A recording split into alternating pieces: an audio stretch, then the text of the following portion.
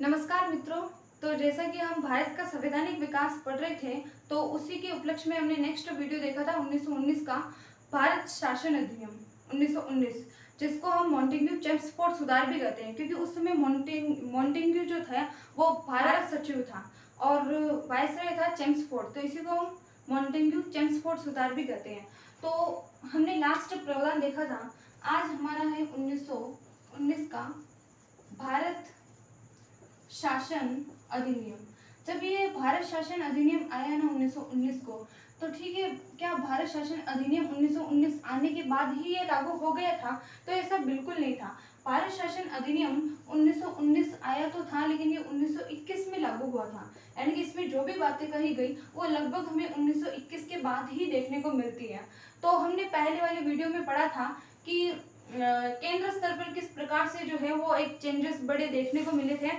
जैसे कि जो पहले भारत सचिव था, तो भारत सचिव की परिषद में क्या क्या सुधार किए गए थे वो हमने देखा। भारत में जो है द्विसदनीय व्यवस्थापिका की शुरुआत कैसे हुई वो हमने देखा था कि किस प्रकार से जो है राज्य परिषद, उच्च सदन और निम्न जो है केंद्रीय विधान परिषद रखी गई, तो वो हमने देखा था। तो केंद्र स्तर पर वो देखा था। आज भी केंद्र स्तर पर ही हम देखेंगे कुछ शब्द, क्योंकि केंद्र लेवल पर ही सुधार अभी भी देखने को मिल रहे हैं। ठीक है, सुधार। फिर हम प्रांतीय सुधार पर भी देखेंगे, लेकिन केंद्रीय स्तर पर और क्या सुधार किए गए। तो जैसे कि लास्ट टॉपिक्स में आपको जोड़ना चाहूंगी कि जब केंद्र स्तर पर सुधार किए गए थे, तो क्या हुआ था कि दो सदन बताए थे मैंने। ठीक है, दो सदन हम डिस्कस कर रहे थे कि एक तो राज्य परिषद था, ये आपने देखा था पिछले वाले इस वीडियो में, राज्य परिषद की बात कही गई, और एक था केंद्रीय विधान परिषद।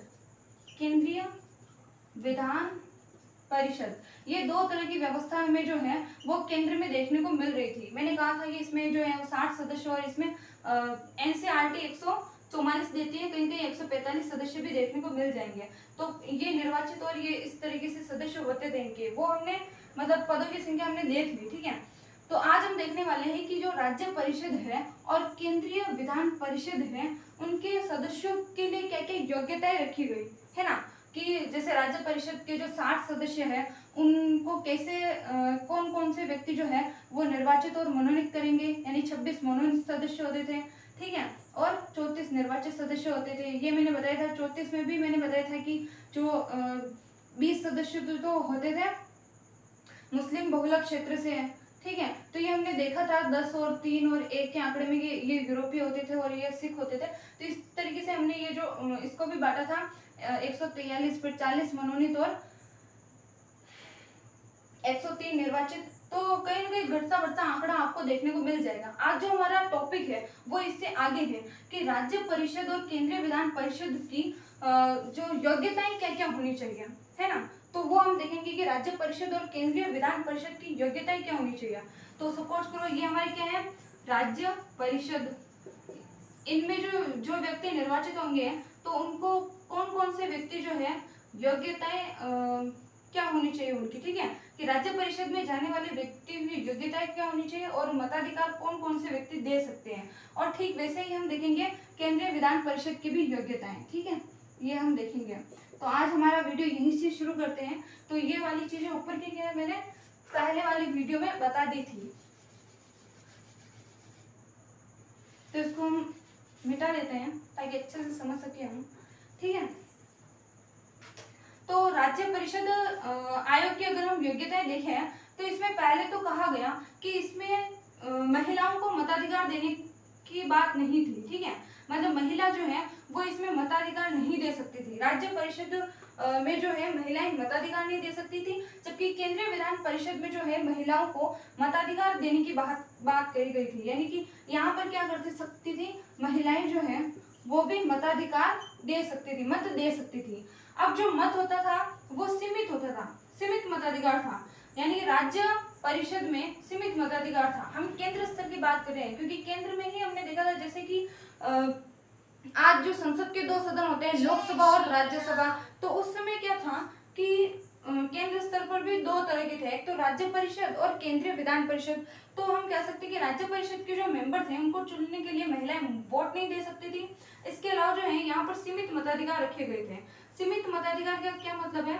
सीमित मताधिकार का मतलब है कि यहाँ पर कुल मिला के वयस्क मताधिकार नहीं दिया गया था, यानी कि 18 वर्ष से जो ऊपर के व्यक्ति थे वो उनके प्रत्येक व्यक्तियों को वोट देने का अधिकार नहीं था। यहाँ पर सीमित मताधिकार था, कुछ ही व्यक्तियों को, गिने चुने व्यक्तियों को वोट देने का अधिकार था। ठीक, यहाँ पर भी क्या था कि सीमित मताधिकारी था, यहाँ पर भी सीमित मताधिकारी था, यानी कि गिने चुने लोगों को वोट देने का अधिकार था। तो यहाँ पर सीमित मताधिकार कैसे था? यहाँ क्राइटेरिया निश्चित किया गया था कि किसी भी व्यक्ति की अगर वार्षिक आय 10,000 रुपए से अधिक हो, किसी भी व्यक्ति की वार्षिक जो आय है, सालाना आय, अगर वह 10,000 रुपए से अधिक कमाता हो तो वह व्यक्ति जो है वो वोट देने के अधिकार में है। तो पहला क्या कहा गया? जिसकी जो वार्षिक आय वो 10,000 रुपए हो, क्योंकि ये क्राइटेरिया निश्चित किया गया, तो वही व्यक्ति जो है वो वोट देने का अधिकारी होगा। ठीक है, ये बात ठीक है। फिर किसानों के लिए कहा गया कि जो व्यक्ति 750 रुपए अपनी जो भूमि पर है ना टैक्स देता हो, यानी कि भूमि कर देता हो, वह व्यक्ति भी जो है वो राज्य परिषद में वोट देने का अधिकारी होगा। ठीक है, लेकिन महिलाएं नहीं होंगी, ऐसा कहा गया। ठीक है, तो अगर हम देखें 1919 के भारत शासन अधिनियम में कहा जा रहा है, जो कि 1921 में लागू होगा, तो उस समय 1920 की जो जनसंख्या थी ना, 1920 की जनसंख्या पॉपुलेशन जो थी उस समय 24 करोड़ थी। आज ना भारत की जनसंख्या बढ़ गई है, चीन को छोड़ते हुए प्रथम स्थान पर आ गई है। तो उस समय ना 24 करोड़ ही थी। तो 24 करोड़ के हिसाब से उस टाइम जो है लगभग 17,263, ये जो आंकड़ा है 17,263, इन ये व्यक्ति हैं 24 करोड़ में से केवल वोट देते थे, मतलब मत देते थे। ठीक है, इनका ये जो है दो कंडीशन पूरी करते थे। तो 17,263 व्यक्ति ही ये कंडीशन पूरी करके राज्य परिषद में वोट देते थे। इसके अलावा क्या कहा गया कि जो राज्य परिषद का जो प्रधान होता था ना, राज्य परिषद का प्रधान, उसकी नियुक्ति गवर्नर करता था, क्योंकि राज्य परिषद में गवर्नर सर्वश्रेष्ठ होता था और केंद्र में वायसराय सर्वश्रेष्ठ होता था। लेकिन ये दोनों है कहाँ? केंद्र में। ठीक उसी प्रकार जैसे संसद में लोकसभा और राज्यसभा होती ना, तो राज्यसभा को आप राज्य परिषद उच्च सदन मान लो और ये जो है वो निम्न सदन है, यानी कि लोकसभा मान लो, तो ये क्या है? निम्न सदन है, इस तरीके से। तो यहाँ पर कहा गया कि जो राज्य का जो प्रधान है, शायद यहाँ नहीं दिख रहा होगा आपको, तो कुल मिलाकर ध्यान रखना है कि यहाँ कहा गया एक और कि राज्य का जो प्रधान है उसकी जो नियुक्ति है वो करेगा गवर्नर जनरल। ठीक है भी, गवर्नर जनरल कर देगा अपनी। अब यहाँ केंद्रीय विधान परिषद की क्या क्या योग्यता रखी गई? पहला तो महिलाएं वोट दे सकती है, बहुत बढ़िया बात। प्रथम बार ऐसा फर्स्ट बार हुआ है कि महिलाओं को वोट देने का अधिकार दिया गया केंद्रीय विधान परिषद में। सीमित मताधिकार थे यहाँ पर भी, लेकिन यहाँ पर ना राज्य के मामलों में देखें तो यहाँ पर काफी अच्छी कंडीशन थी, यानी कि यहाँ थोड़ी लचीलापन बरकरार रखा गया। कैसे लचीलापन था कि यहाँ पर जो है ना कहा गया कि अगर कोई व्यक्ति 15 रुपए अपने मकान का किराया देता हो, यानी कि अगर कोई सामान्य व्यक्ति 15 रुपए, उसमें 15 रुपए बहुत ज्यादा थे, ठीक है, ठीक ठाक थे, मतलब ज्यादा भी नहीं कह सकते, तो 15 रुपए जो है वो अगर अपना मकान या किसी भी प्रकार का कोई किराया देता हो, ठीक है, तो वह व्यक्ति वोट देने का अधिकारी है। और कहा गया कि अगर वो 15 रुपए जो है वो वार्षिक 15 रुपए वार्षिक जो है नगर पालिका को टैक्स के रूप में देता हो, नगर पालिका होते थे उस समय, तो नगर पालिका को अगर टैक्स के रूप में देता हो तो वह व्यक्ति भी केंद्रीय विधान परिषद में वोट डालने का अधिकारी होगा। तो 15 रुपए या तो मकान किराया देता हो या 15 रुपए जो है वो वार्षिक नगर पालिका को टैक्स देता हो। इसके अलावा और भी कंडीशन रखी गई, जैसे कि कोई व्यक्ति जो है वो 50 रुपए जो है वो 50 रुपए भूमि कर के रूप में देता हो, भूमि पर टैक्स लगता है उसके रूप में देता हो, तो वह व्यक्ति भी जो है केंद्रीय विधान परिषद में वोट देने का अधिकारी होगा। समझ में आ रही बातें? इसके अलावा एक और कहा गया कि अगर किसी व्यक्ति की है ना जो वेतन है वो 2,000 रुपए है, सालाना वार्षिक 2,000 रुपए है, तो अगर उसका जो वार्षिक वेतन भी अगर 2,000 है तो वह व्यक्ति भी जो है केंद्रीय विधान परिषद में वोट देने का अधिकारी होगा। तो इस प्रकार से हम देखें ना तो 1920 के समय में 24 करोड़ की आबादी थी, तो इन 24 करोड़ में 19 लाख लोग ऐसे थे जो उस समय इनके मतलब इन कंडीशनों को पूरा करते थे, ठीक है, 19 लाख लोग। तो ये ज्यादा नहीं है, उस समय 24 करोड़ की आबादी पर 19 लाख महज कम ही थे। तो उस समय है ना सीमित मताधिकार थे। तो ये केंद्रीय स्तर पर 1919 में ये सुधार किए गए थे, ठीक है।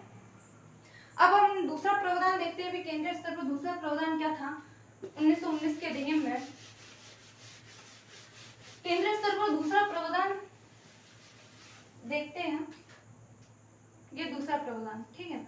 तो इसमें कहा गया है कि जो अब हमने सदस्यों को तो ले लिया अभी केंद्रीय विधान परिषद में या राज्य परिषद में जो सदस्य रखे गए हैं, यानी कि केंद्रीय विधानमंडल के सदस्यों के विशेषाधिकार क्या होंगे, उनकी शक्तियां क्या होंगी, उसके बारे में कहा गया।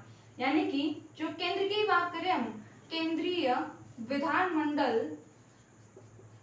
विधानमंडल जैसे कि आज क्या है, आज तो हम देखते हैं विधानमंडल राज्य में होती है, लेकिन उस समय केंद्र में हुआ करती थी। आज आप कहोगे कि विधानमंडल क्या होती है, राज्य में होती है, बिल्कुल होती है, लेकिन उस समय केंद्र में हुआ करती थी। तो केंद्रीय विधानमंडल के सदस्यों के विशेषाधिकार देख लेते हैं, या फिर विशेषाधिकार है उनकी शक्तियों में वृद्धि की गई है ना, विशेषाधिकार या शक्तियों में वृद्धि, ठीक है। तो पावर में क्या की गई, वृद्धि की गई। तो कैसे की गई, शक्तियों में वृद्धि।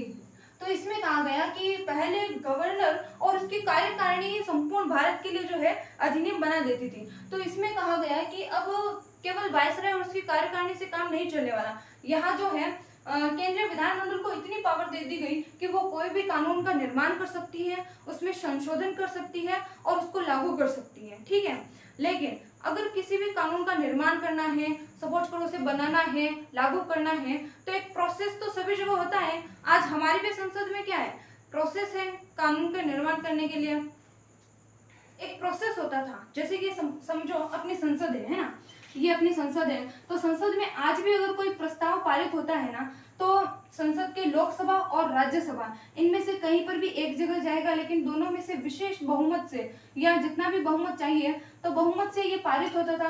और उसके बाद राष्ट्रपति के सिग्नेचर होते थे। तो राष्ट्रपति के सिग्नेचर होना जरूरी था, तभी कोई जो विधेयक था, यहाँ तक तो विधेयक ही रहता था, फिर अधिनियम बन जाता था, एक्ट बन जाता था। तो ऐसा ही प्रोसेस यहाँ पर भी था कि केंद्रीय विधानमंडल में वहां कह तो दिया सदस्यों को कि आप कोई भी कानून बना सकते हो, विधि निर्माण कर सकते हो, लेकिन आपको जो है उस समय की जो राज्य परिषद थी और केंद्रीय विधान परिषद थी उसमें विशेष बहुमत से उसको पारित करना होता था। तो हम लिखते हैं पहला केंद्रीय विधान सदस्यों के विशेषाधिकार में इस प्रकार से वृद्धि की गई कि आप कोई भी जो है वो कानून निर्माण कर सकते हैं। कौन, केंद्रीय विधान मंडल के सदस्य है ना, कानून का निर्माण कर सकते हैं, ठीक है, उनमें संशोधन कर सकते हैं, ये बात भी कही गई, ठीक है। दूसरा, अगर आप कोई भी कानून का निर्माण करते हो या उसमें संशोधन करते हो तो राज्य परिषद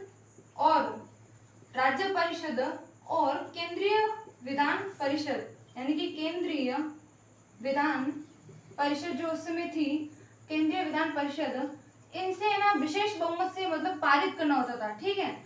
जब ये कोई बहुमत से पारित कर दें तो नेक्स्ट आपको क्या करना है कि जो उस समय के वायसराय होते थे, क्योंकि गवर्नर जनरल और वायसराय वही है, क्योंकि देखना 1858 के भारत शासन अधिनियम के से पहले गवर्नर जनरल हुआ करता था, उसके बाद उसी के पद को वायसराय में कन्वर्ट कर दिया गया।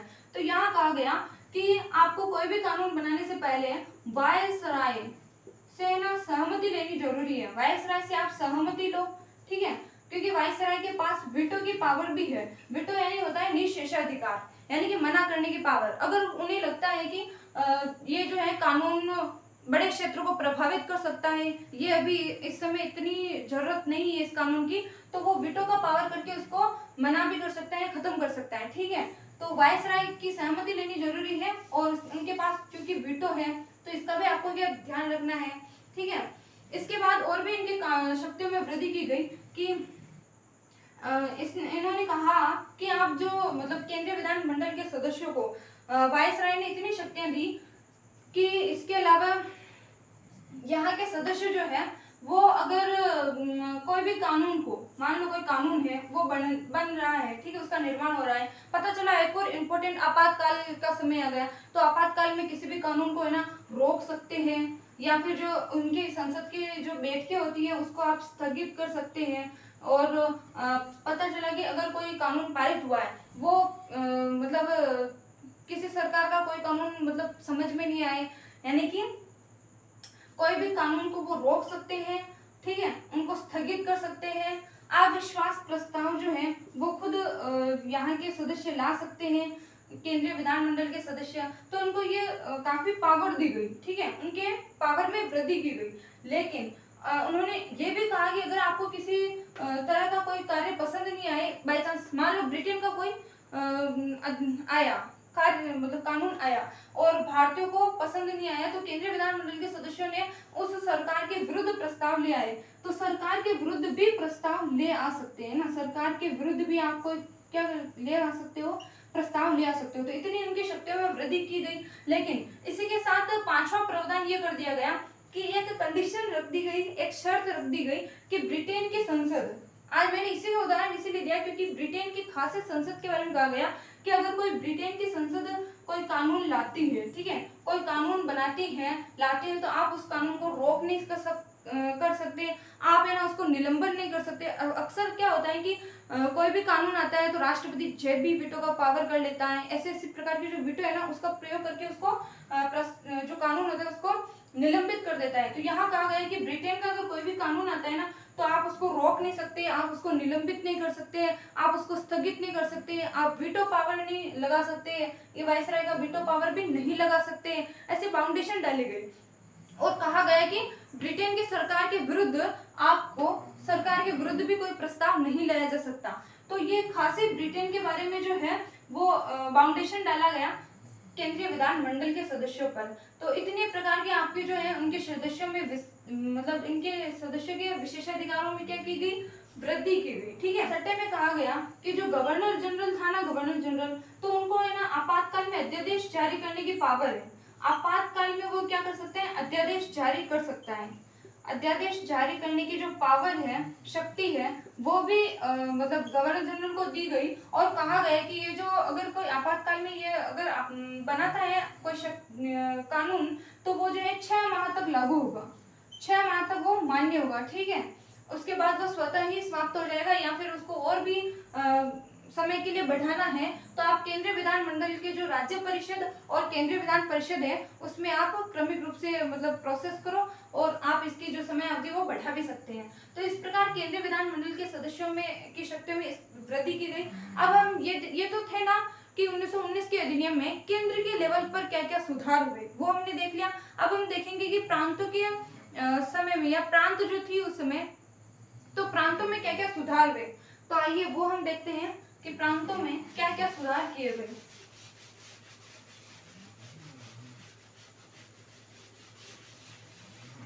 अब हम देखते हैं कि प्रांतों में सुधार या प्रांतों में परिवर्तन, ठीक है, ये हम देखते हैं कि प्रांतों में क्या क्या परिवर्तन किए गए। तो मेन यहाँ पर है ना प्रांतों में द्वैत शासन की स्थापना की गई थी। क्या 1919 के अधिनियम में प्रांतों में द्वैत शासन की स्थापना की गई थी। द्वैत शासन की स्थापना, आपको पता है कि द्वैत शासन के प्रवर्तक है लियोनस कार्टिस, लियोनस या लियोनिस कार्टिस भी आता है, इनके थोड़े थोड़े नाम में चेंज आ सकते हैं क्योंकि ऐसे नाम है इनके। तो प्रांतों में है ना द्वैत शासन की स्थापना की गई। 2 प्रकार का शासन था, ऐसा नहीं है कि प्रांतों में पहली बार ही द्वैत शासन की स्थापना की जा रही है। इससे पहले भी अगर आप हमारे रेगुलर क्लासेस देख रहे हो तो आप में इतनी समझ विकसित हो चुकी है कि आपको ये पता है कि 1773 के रेगुलेटिंग एक्ट में कोर्ट ऑफ डायरेक्टर की स्थापना की गई थी।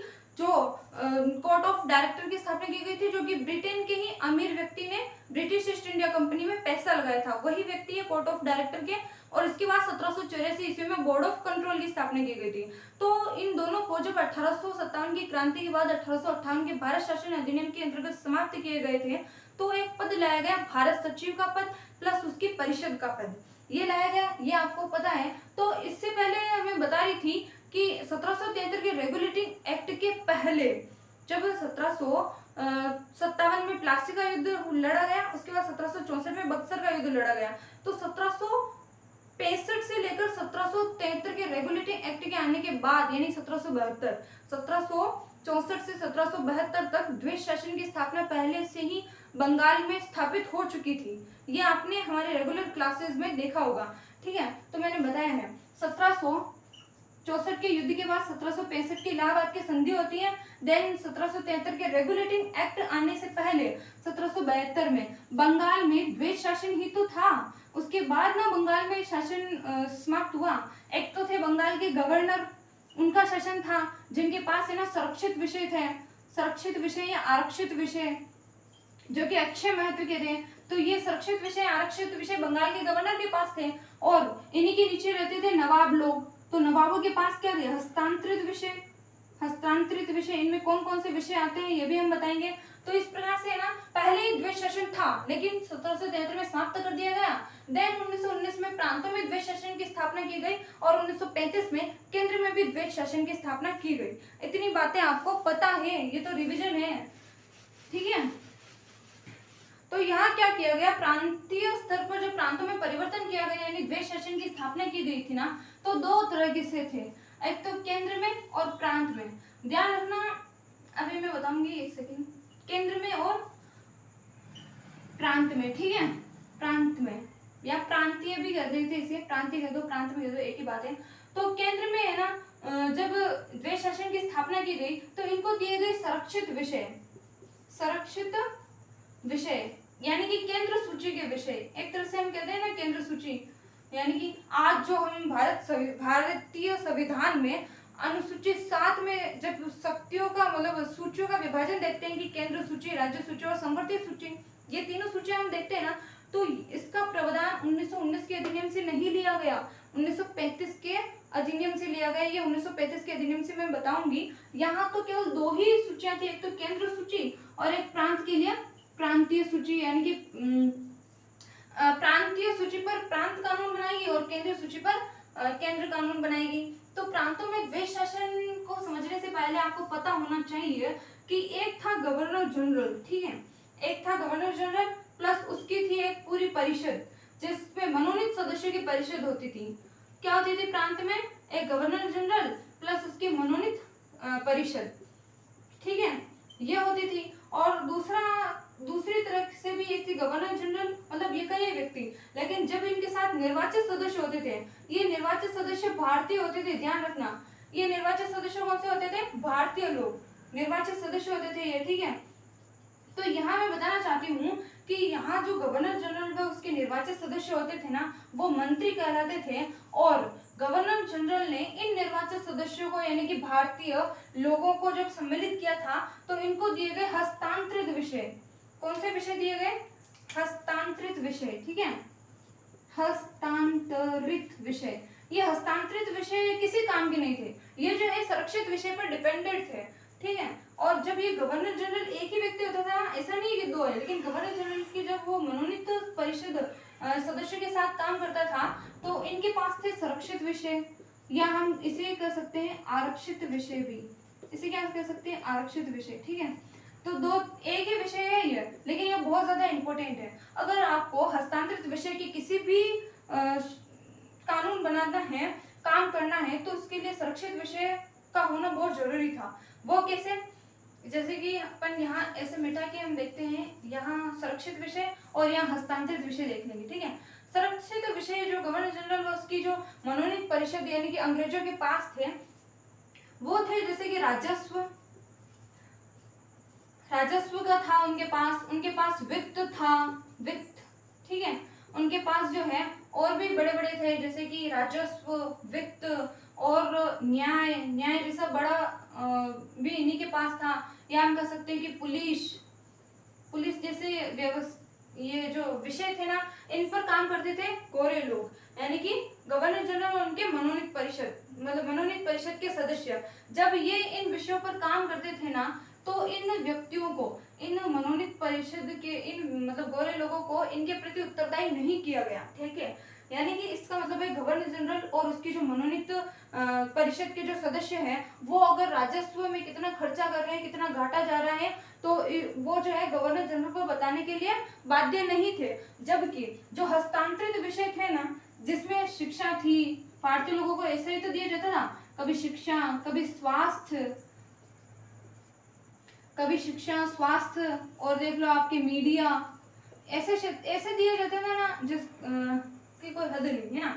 शिक्षा हो गया, स्वास्थ्य हो गया, मीडिया हो गया, और भी कोई छोटे मतलब छोटे छोटे जो विषय थे, जैसे कि और हम कह सकते हैं कि चिकित्सा, ठीक है, ऐसे विषय जो है वो हस्तांतरित विषय के अंतर्गत भारतीय मंत्री को दे दिए जाते थे। अब आप बताइए, और इसके अलावा स्थानीय स्वशासन भी, ठीक है, स्थानीय स्वशासन यानी स्थानीय लेवल पर अगर आपको कोई सुधार करना है ना, तो उसके ये विषय भी है ना हस्तांतरित विषय के अंतर्गत भारतीय सदस्यों को दे दिए जाते थे। अब होता क्या था कि अगर कोई भारतीय व्यक्ति स्थानीय स्वशासन में सुधार करना चाहता है तो उसके लिए उसको पुलिस की आवश्यकता होगी होगी ना मित्रों।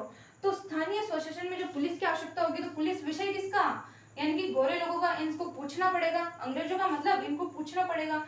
तो इस वजह से अगर बाई चांस कोई चिकित्सा में अस्पताल निःशुल्क खोलना चाहता है, दवाइयां बेचना चाहता है, ठीक है, तो उसके लिए वित्त की व्यवस्था होगी। वित्त या राजस्व किसके पास, अंग्रेजों के पास। तो इस प्रकार से है ना, इन भारतीय व्यक्तियों को तो इन विषयों पर कानून करने, मतलब इन विषयों पर अगर कोई भी काम करते हैं तो उनको जो पूरी रिपोर्ट है वो गवर्नर जनरल को सौंपनी पड़ती थी। यानी कि भारतीय व्यक्ति इन विषयों के तहत गवर्नर जनरल के प्रति उत्तरदायी थे, लेकिन अंग्रेज व्यक्ति इन विषयों के प्रति गवर्नर जनरल के प्रति कोई उत्तरदायी नहीं थे। ठीक है, इस प्रकार से ना प्रांतों में द्वैध शासन की स्थापना की गई। ठीक है, ये आपने पढ़ लिया। इसके तहत यह भी हो गया कि विषयों का विभाजन किया गया, वो भी आपने देख लिया एक तरह से। इसी में था कि प्रांतों में दूसरा कि विषयों का विभाजन, वही विषयों का विभाजन कैसे भी, केंद्र सूची, राज्य सूची और संवर्ती सूची में जो विषयों का विभाजन किया जाता है ना, लेकिन ये बड़े तौर पर तो 1935 के अधिनियम के तहत हुआ था। ये प्रांतों में तो केवल दो ही विषय थे, एक तो केंद्र के और एक राज्य के, ठीक है, यानी कि प्रांत के, ये कर दो। तो अगर आपसे पूछा जाए कि बताइए जो तीनों सूचियां थी ना, केंद्र सूची, राज्य सूची और संवर्ती सूची, तो इनका जो ये किस अधिनियम के माध्यम से आई, तो आपको 1935 का अधिनियम ही बताना है। ठीक है, तो ये प्रांतों में परिवर्तन हो गया। इसके बाद और 1919 के अधिनियम में क्या कहा गया वो हम देखते हैं। ये प्रांतीय स्तर पर सुधार थे। ठीक है, इसके अलावा आपने देखा 1909 के अधिनियम के तहत है ना, मार्ले मिंटो सुधार के आधार पर मुस्लिमों के लिए पृथक निर्वाचक मंडल की स्थापना की गई थी। तो जो अब व्यक्ति थे ना, यानी कि अब जो सांप्रदायिकता के क्षेत्र में विस्तार किया गया, सांप्रदायिक मंडलों के, क्योंकि अब ईसाई हो गया, भारतीय ईसाई, यूरोपियन व्यक्ति, एंग्लो इंडियन, जितने भी अलग वर्ग के व्यक्ति थे ना, वो भी कहने लगे कि हमें भी क्या चाहिए, निर्वाचक मंडल चाहिए अपने अलग अलग। तो यहाँ कह सकते हैं कि सांप्रदायिक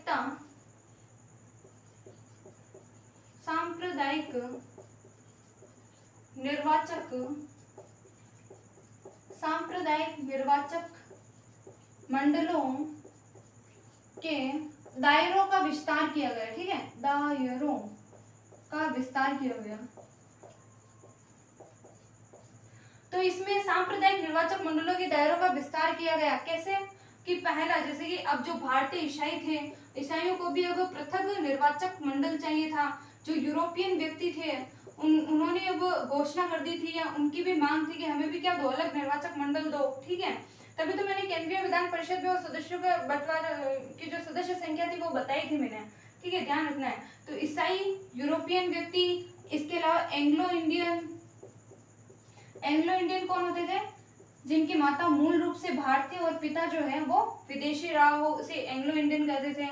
ठीक है, एंग्लो इंडियन की सीटें भी भारतीय संविधान में रिजर्व थी, लेकिन बाद में 105वें संविधान संशोधन के तहत हटा दी गई।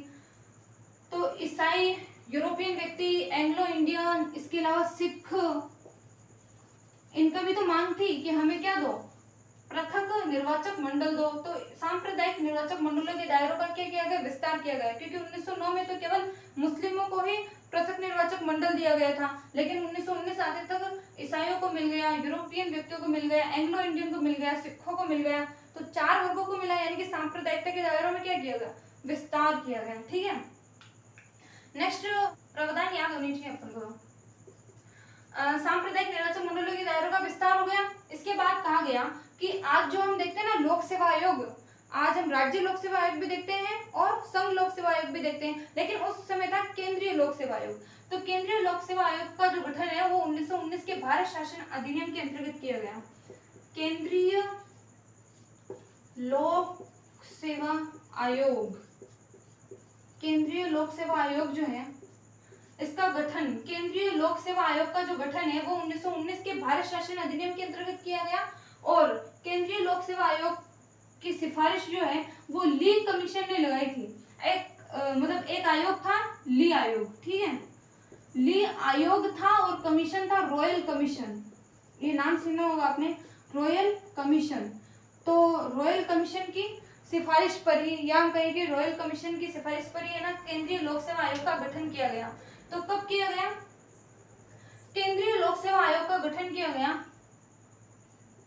अक्टूबर 1926 में, क्योंकि आपको पता है 1919 का भारत शासन अधिनियम आया था और ये लागू हुआ था 1921 में। इसके सभी प्रावधान 1921 के बाद ही लागू किए जाएंगे। तो केंद्रीय लोक सेवा आयोग में भी जो है वो अक्टूबर 1926 में ही इसकी स्थापना की गई।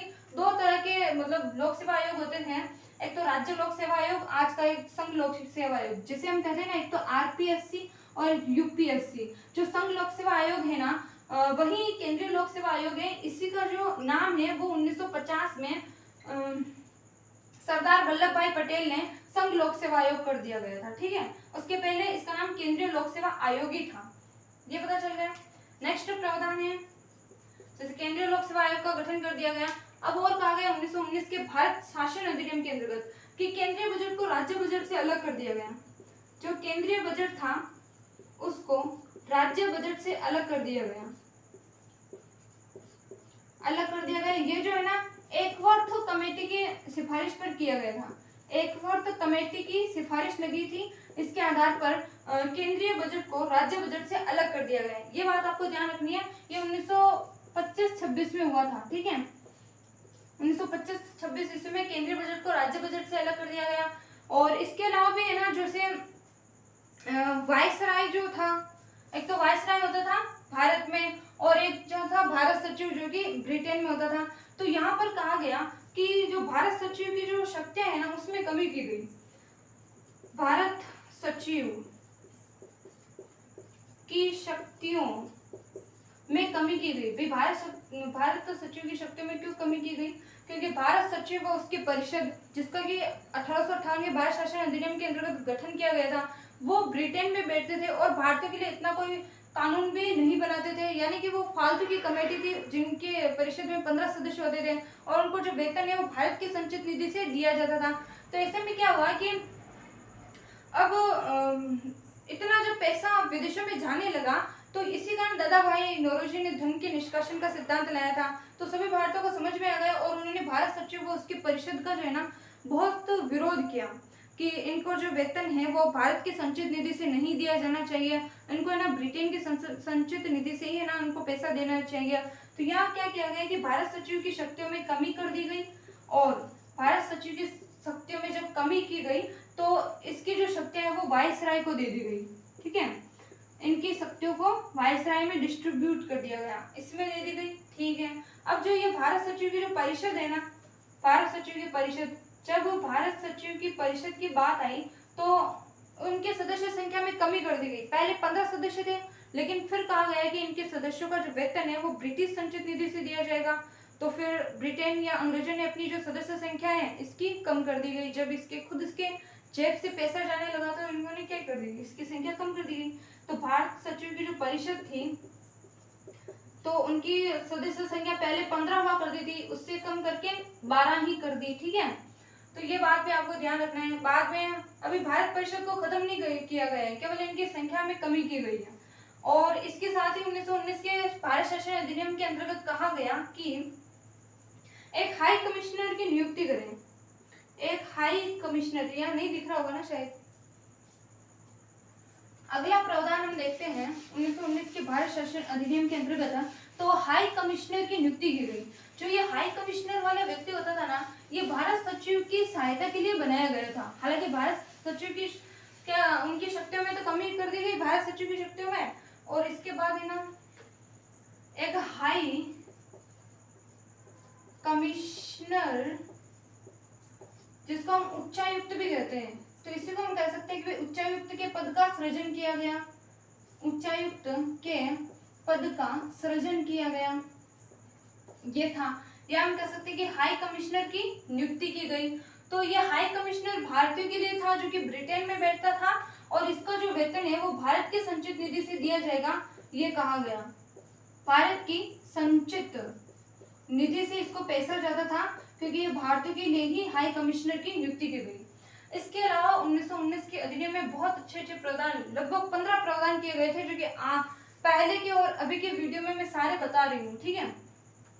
इसके अलावा कहा गया कि जो आईसीएस की परीक्षा थी ना, आईसीएस की परीक्षा, तो ये आईसीएस की परीक्षा पहले इंग्लैंड में ही हुआ करती थी, तो भारतीय लोग परेशान थे इनसे। काफी बार कहा भी कि आईसीएस की परीक्षा भारत में करवाओ, भारत में करवाओ, अंग्रेज लोग सुनते नहीं थे। बताओ मित्रों, करवानी चाहिए नहीं करवानी चाहिए? बिल्कुल करवानी चाहिए।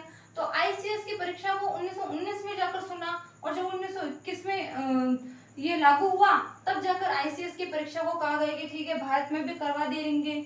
और भारत में करवाया तो कहाँ करवाया भाई? इलाहाबाद में। तो प्रथम बार जो है आईसीएस की परीक्षा जो है इलाहाबाद में हुई, और इलाहाबाद में जब ये करवाई गई तो बताइए मित्रों कि प्रथम भारतीय कौन थे जिन्होंने आईसीएस की परीक्षा उत्तीर्ण की? तो आप कहेंगे भाई आपको आता है, बताइए। तो प्रथम जो व्यक्ति थे वो थे सत्येंद्र नाथ टैगोर। सत्येंद्र नाथ टैगोर, ये जो है ना रविंद्रनाथ टैगोर के ही बड़े भाई थे, ठीक है। देवेंद्रनाथ टैगोर के पुत्र थे और रविंद्रनाथ टैगोर के बड़े भाई थे। कौन? सत्येंद्र नाथ टैगोर। इन्होंने जो है आईसीएस की परीक्षा इलाहाबाद से उत्तीर्ण की, ठीक है। तो इतने सारे प्रावधान 1919 के भारत शासन अधिनियम के अंतर्गत किए गए कि प्रांतों में द्वैत शासन की स्थापना। 1919 के भारत शासन अधिनियम के अंतर्गत केंद्र में द्वैत शासन की स्थापना। 1935 के भारत शासन के अंतर्गत जो सूचियां थी ना, सूची का विभाजन किया गया, तो केंद्र सूची, प्रांतीय सूची या संवर्धित सूची, ये 1935 के अंतर्गत अच्छे से प्रावधान किया गया। यही कारण है कि हमारा जो भारत का संविधान है वो लगभग 80% जो है वो 1935 के अधिनियम के अंतर्गत ही लिया गया है, ठीक है। तो इतने सारे प्रावधान भारत शासन अधिनियम के अंतर्गत आप याद रखिएगा, जो कि हर एग्जाम में पूछे जाते हैं। यही वो प्रावधान है जो आपको हमेशा आगे बढ़ाएगा और आपके एक समझ में विकसित करेगा। तो इसी के साथ अच्छा लगा हो तो लाइक शेयर सब्सक्राइब करें। धन्यवाद।